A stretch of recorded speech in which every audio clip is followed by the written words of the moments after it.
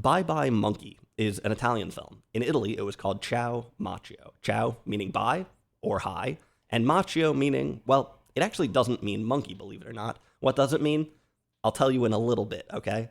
First of all, I want to say thank you to anybody who gave me some advice, some feedback on my latest short. I appreciate that. Don't feel like you have to watch this video. Don't feel obligated. Anyway, this is an Italian movie, but it was filmed in New York City, in some great locations. Of course, I'll be talking about those. And it stars Gerard Depardieu, who is not American or Italian. In truth, this is also a French movie. I'll skip the part where I fail to pronounce the title in French, but the translation is Monkey's Dream. Marcello Mastroianni is also in the movie, in possibly his worst ever role, and man, I've seen some bad ones.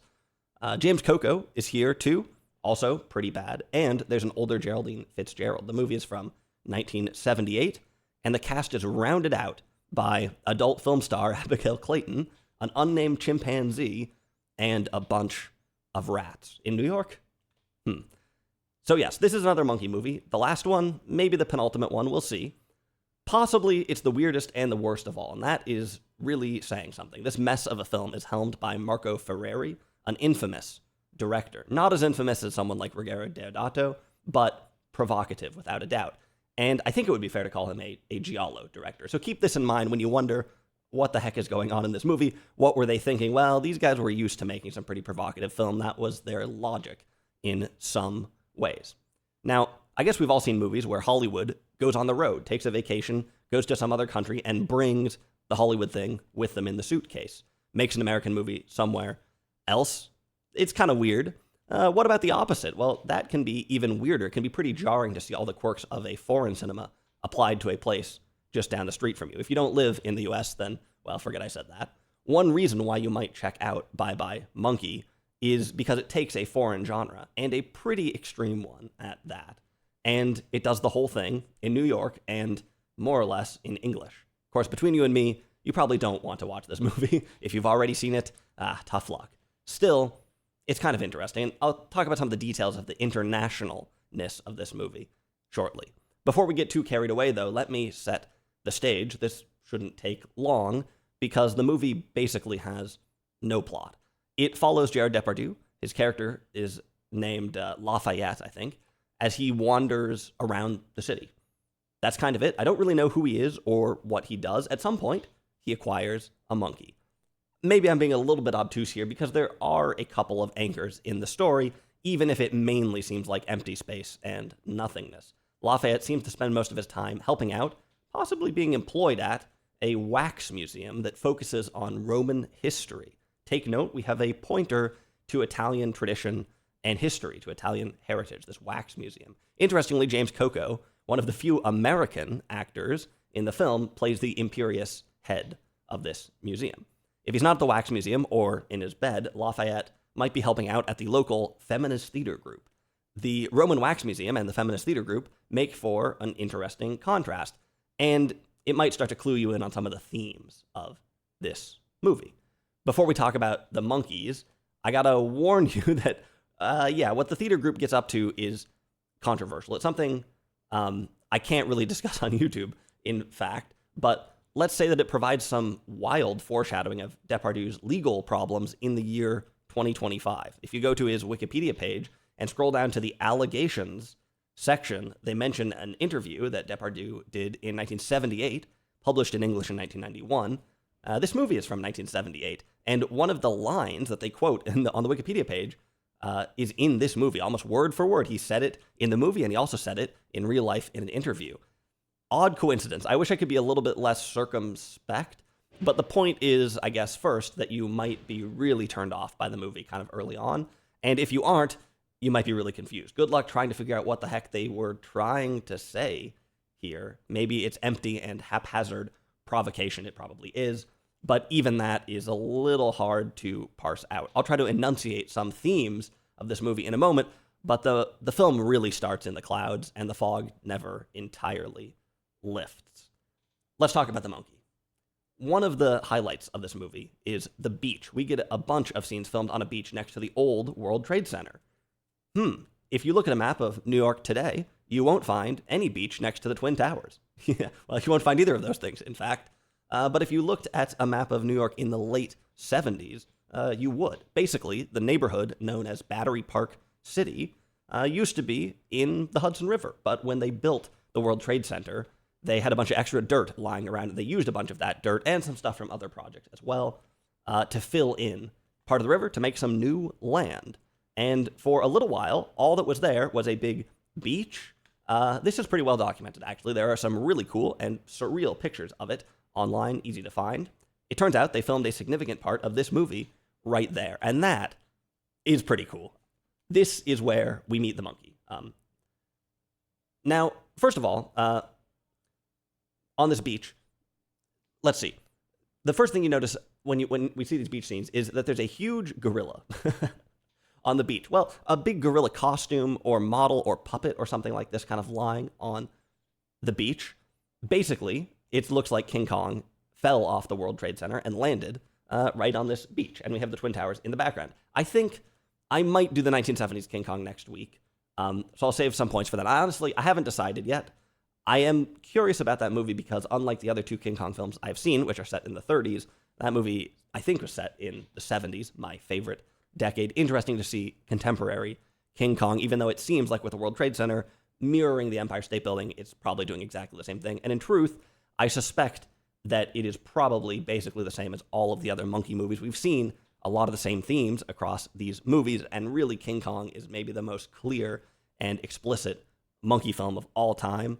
So I haven't decided if I'm going to watch it, but we'll see. Either way, this film is kind of a crude sequel. Kong fell off and landed on this beach. Of course, in the movie, in this movie, it seems like, well, this is a costume. They don't really even, I don't think they're trying to. They certainly don't sell it as, well, this was a real ape or a real gorilla at some point. Either way, Lafayette and his pals, they explore the big monkey, and as they do, they find a little monkey hiding within this costume. And I guess the idea is that it's King Kong's orphaned son. Now, the little monkey is a chimp, whereas Kong is a gorilla, but let's overlook that small detail for now. Lafayette decides, for some reason, to adopt this monkey. And here's a common theme in this series. He's going to raise the monkey basically as a human son.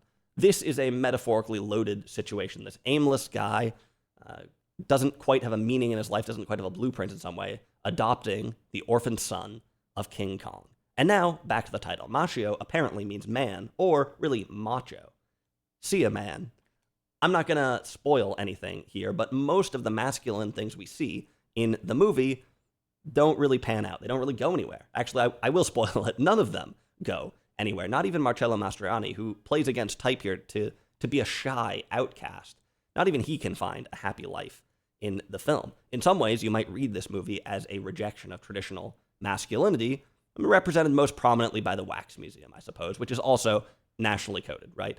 But if it's rejecting the past, what is it turning to? Well, it doesn't seem like it's really giving us anything else. It's not proposing any particular reforms, and it's not a very optimistic movie.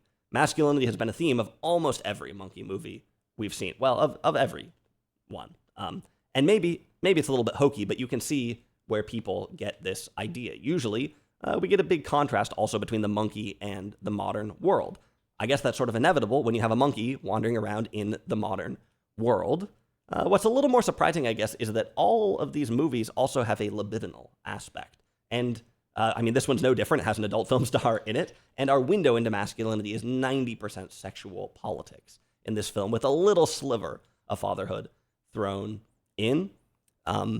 Even last week's movie, though, a kid's movie, had a hint of this libidinal thing. In Dunstan Checks In, there's a scene where a woman is getting a massage, and the masseuse steps away for a minute to get some oil or something, and Dunstan, the chimp, happens to walk in right as the masseuse leaves, and he starts to massage the woman. And you know what? It's the best thing she's ever had.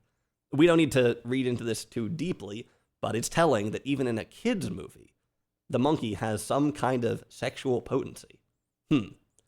Anyway, that is a big, big, big piece of this movie. In fact, I think I may have kind of understated just how much of this film is devoted to nudity and sex.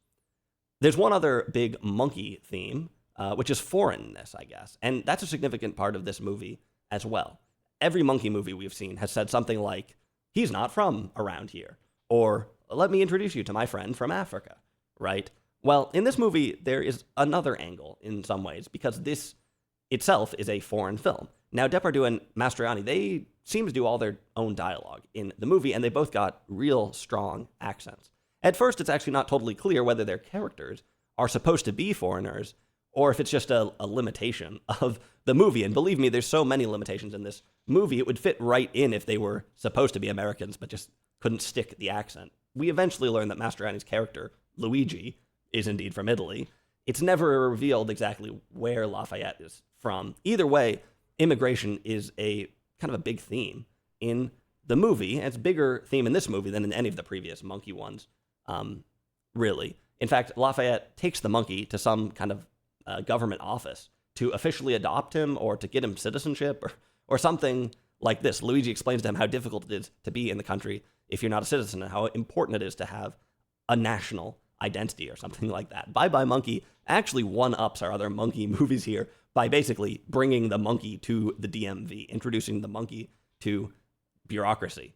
Kind of a nice touch. Maybe the best scene in this movie also has some underpinnings of national identity. It's a bit of a non sequitur from everything else in the movie, but we have a cool moment with James Coco, the head of the Wax Museum, when he's visited by some corporate guy with a big briefcase who comes to make a proposal. Specifically, he wants James Coco to slowly adjust the visages of the wax figures and transform them into Americans, basically. He shows an example of how Caesar can be morphed slowly into John F. Kennedy. This is a fun little piece of provocation. I guess the idea is that Italian values and history are under threat from America, Hollywood, the economy. This kind of squares with the rest of the movie, but is sort of vague as well. So anyway, this movie does have a couple of glimmers in it. It has a couple of fun moments. It also has a pretty cool tone for the most part. The locations are really cool as well. The vibe is kind of here, but ultimately there is way too much nothing in it to really be watchable. And given some of the early exploits in this theater group, I don't know. A movie that's so provocative but kind of has nothing to say, well, it gets a few minus points in my book, perhaps. But hey, we do follow all the old monkey tropes here, and in some ways, this is a pretty good movie to sum up the Monkey series because it is fairly extreme in its themes. Like I said, maybe we will do King Kong next week. I'm hoping to get off the series before too long. If you have any other animals you'd like me to look into, please suggest, and we could begin another series at some point. We'll see.